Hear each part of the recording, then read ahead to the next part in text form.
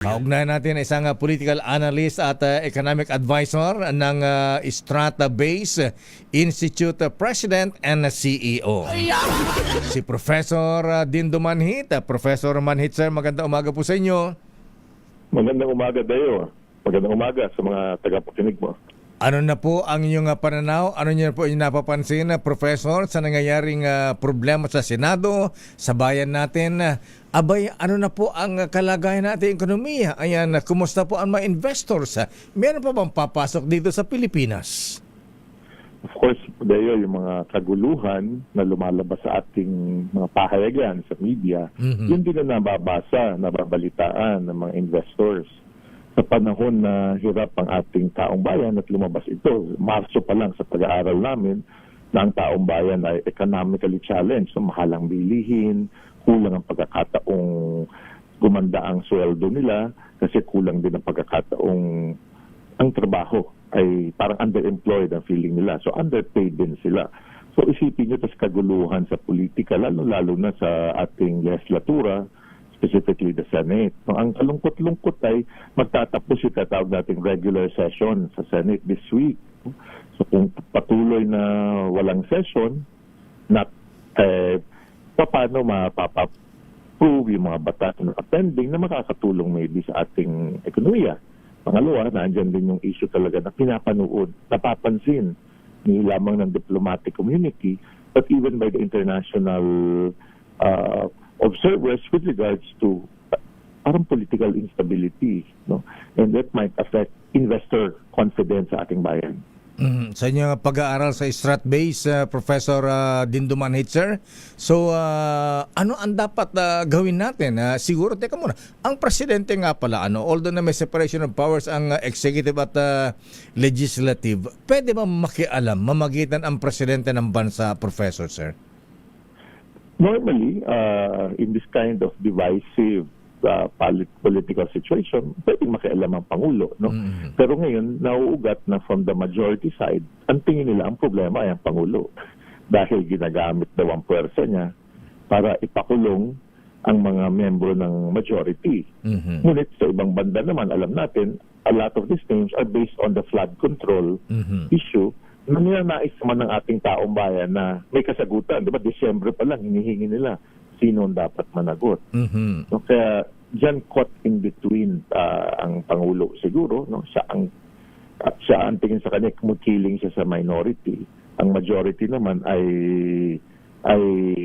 ang tingin ay laban ng Pangulo. No? So, ang maganda, baka naman mamayani ang individual na mga senador na magkaroon sila ng mga pag-uusap internally at paano maharapin itong leadership crisis that is affecting a very respected institution like the Senate.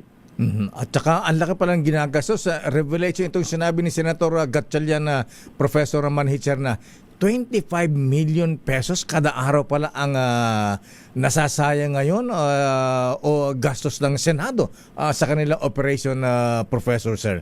Katulad ngayon, gumagas ng 25 million walang nangyayari. Oo.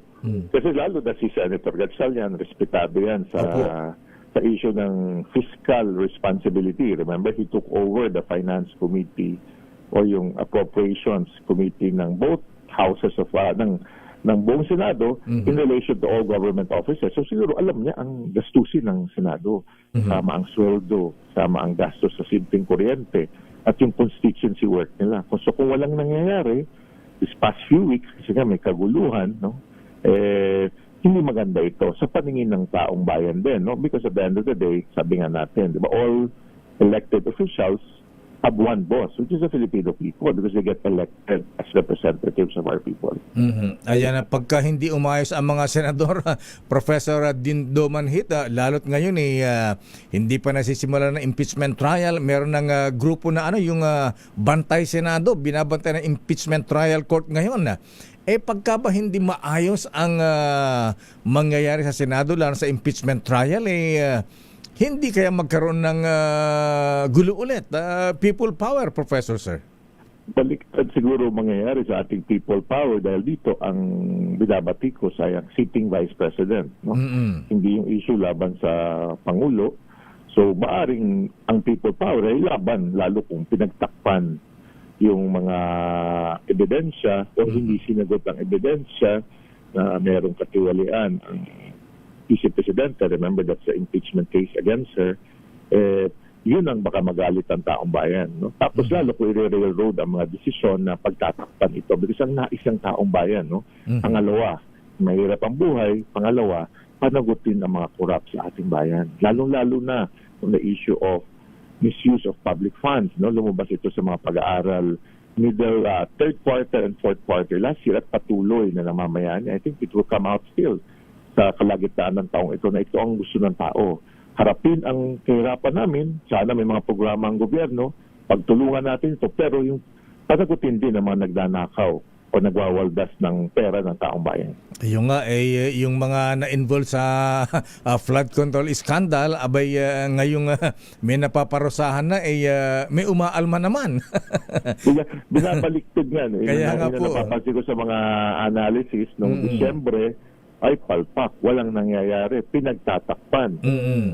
Ngayon na may nangyayari, sabi nila buo ang ebidensya, sa akin, hintayin natin yung proseso, nakasuhan, i-defend nila yung sarili nila kung may ebidensya, pero wag taguan ito. Na hindi to, wala to kinalaman sa minority, majority na nangyayari sa Senado.